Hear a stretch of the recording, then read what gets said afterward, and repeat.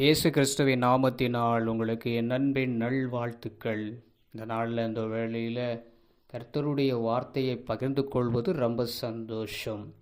பாருங்கள், நம்ம அதே போல் சிலதுக்காக நம்ம செபித்து கொண்டிருக்கிறோம். வசனத்தின்படியாய் நம்ம சில தெரிந்து கொண்டு நம்ம செபித்து கொண்டு வருகிறோம். நம்முடைய நோக்கமே, இந்த வருஷத்தின் நோக்கமே ஜெபிக்க வேண்டும். அதனால தான் நான் கொஞ்சம் நிதானமாக உங்களோடு கூட வசனங்களின் மூலமாய் நான் அதை அறிவித்து நான் ஜெபித்து கொண்டிருக்கிறோம். இப்போ கூட இந்த நாளில் இந்த வேளையில் கூட ஒரு விசேஷித்த ஒரு முக்கியமான ஒரு சம்பவம் தான். என்ன அப்படி சொல்லி பார்க்கும்போது 6வது நாள் ஆயிற்று. இந்த 6வது நாளில் என்ன செஞ்சார் ஆண்டவர்? எல்லாம் அவர் படைச்சதெல்லாம் நல்லதுன்னு கண்டார். எல்லாமே நல்லதாக தான் அவருடைய கண்களுக்கு தோன்றியது. அப்படி இங்கே பார்க்கும் பொழுது ஆதியாகமம் 1வது அதிகாரத்தில் 26வது வசனத்தில் பாருங்கள். பின்பு தேவன் தமது சாயலாகவும் தமது ரூபத்தின்படியும் மனுஷனை உண்டாக்குவோமாக அப்படின்னு இங்கே சொல்கிறத பார்க்க முடிகிறது.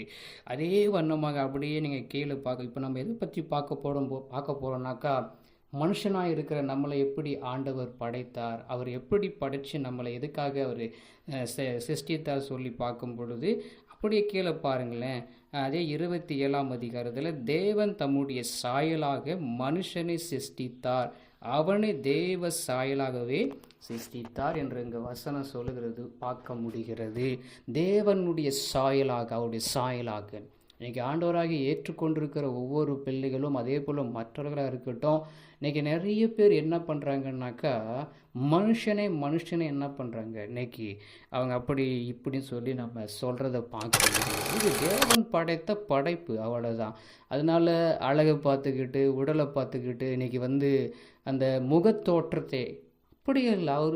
அப்போ நம்ம அவரை அந்த மாதிரி நம்ம பேசுகிறோன்னா, ஒரு மனுஷனை பற்றி அப்படி இருக்கிறாங்க இப்படி இருக்காங்கன்னு சொல்கிறனாக்கா, அப்போ தேவனுடைய சாயலாக ஒரு மனுஷனை உண்டாக்குனார்னா, அப்போ அந்த மனுஷனை நம்ம என்ன பண்ணுறோம், அவமதிக்கிறோன்னா, அப்போ தேவனே நம்ம அவமதிக்கிறவங்களாக இருக்கிறோம்.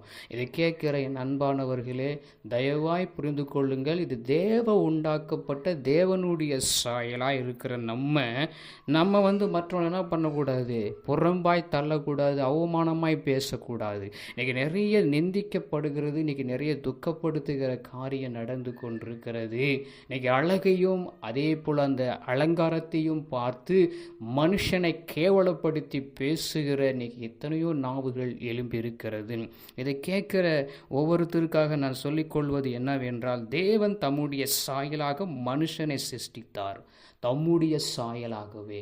எப்படி 2 கண், ஒரு மூக்கு, 2 காது, அதே போல் 2 கை, 2 கால், இதுதான் ஆண்டவர் படைத்த ஒரு இது. அவர் எப்படி இருக்காதோ அதே வண்ணமாகத்தான் நம்மளை அவர் உருவாக்கினார். முதலாய் படைத்த அந்த மனுஷனுக்கு என்னன்னு பேர் வச்சாருன்னா ஆதாம்னு பேர் வச்சார் சொல்லி நம்ம பார்க்க முடிகிறது.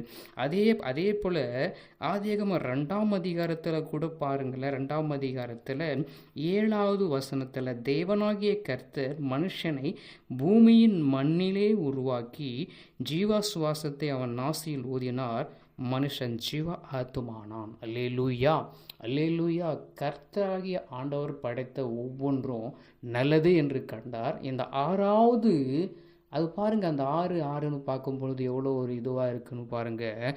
மனுஷனை 6வது நாள் படைத்தார். அதே போல் 6ஆம் அறிவும் கொடுக்கப்பட்டது. அந்த பகுத்தறிவு நமக்கு கொடுக்கப்பட்டது, சிந்திக்கிற அறிவு நமக்கு கொடுக்கப்பட்டிருக்கிறது. இந்த நாளில் இதை கேட்குற ஒவ்வொருத்தரையும் நம்மளை உண்டாக்கின விசேஷத்துக்கு நம்ம கர்த்தருக்கு நம்ம நன்றி சொல்லி நம்ம செபிக்கணும். அப்படி அல்ல, ஒவ்வொருத்தரும் நம்ம குற்றப்படுத்தி பேசி கொண்டிருக்கிறோம். அப்படி அல்ல. அப்படி நம்ம குற்றப்படுத்தி பேசுவதுக்கு, கர்த்தர் நம்மளை படைத்ததுக்காக நம்ம நன்றி சொல்லணுமா ஒழிய ஒரு மனுஷனை குற்றப்படுத்தி பேசக்கூடாது. அது முகம் சரியில்லை, அவன் அப்படி இருக்கிறான், இப்படி இருக்கிறான், அது இருக்கிறான்னு. அப்போ கடவுளை நீங்கள் குற்றப்படுத்துவது அர்த்தம், கர்த்தராகிய ஆண்டவரே குற்றப்படுத்துவது அர்த்தம். ஏன்னா இது கர்த்தர் உண்டாக்கின ஒவ்வொருடைய சாயல், அவருடைய சாயலாக நம்ம இருக்கிறோம்.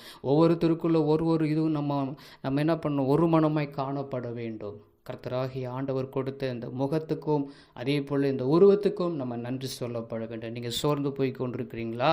அப்படி சோர்ந்து போக தேவையில்லை. நீங்கள் கர்த்தரிடத்தில் நீங்கள் ஜெபித்து பாருங்கள், கர்த்தர் அவருடைய பிரசனத்தை நம்ம உணர்த்துவார். அப்படியா நம்ம ஜெபம் பண்ணுவோமா? எங்களை கிருபையாக நேசிக்கிற எங்கள் அன்பின் நல்ல தகப்பனே, இந்த நாள் ஆண்டவரே, இந்த நேரத்தில் உம்முடைய வார்த்தை வசனங்கள் ஆண்டவரே நாங்கள் தியானித்திருக்கிறோம். அப்படியா தகப்பனே, நீர் இந்த 6வது நாளில் எங்களை நீர் படைத்ததுக்காக நன்றி என்று நாங்கள் சொல்லி செபிக்கிறோம்.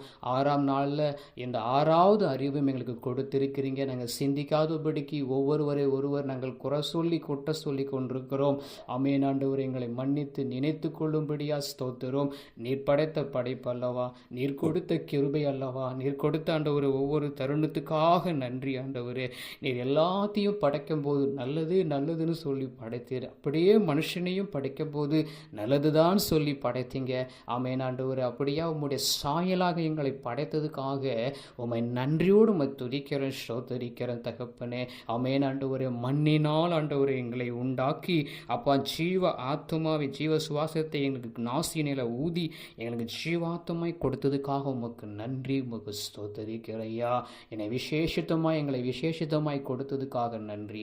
நீங்களே பொறுப்பிடும் இயேசுவின் நாமத்தில் ஆமென். ஜீசஸ் பிளெஸிங் வேர்ல்டை நீங்கள் லைக் பண்ணுங்கள், கமெண்ட்ஸ் பண்ணுங்கள், ஷேர் பண்ணுங்கள். அநேகருக்கு நீங்கள் அதை தெரியப்படுத்தி சப்போர்ட் பண்ணி சப்ஸ்கிரைபர் பண்ணிங்க. கர்த்தர் நம்மளை ஆசீர்வதிப்பார். இன்னும் வரப்போகிற நாட்களில் அநேகத்தை நம்ம அறிந்து கொண்டு அற்புதமாக செயல்படுவோம். ஆமேன்.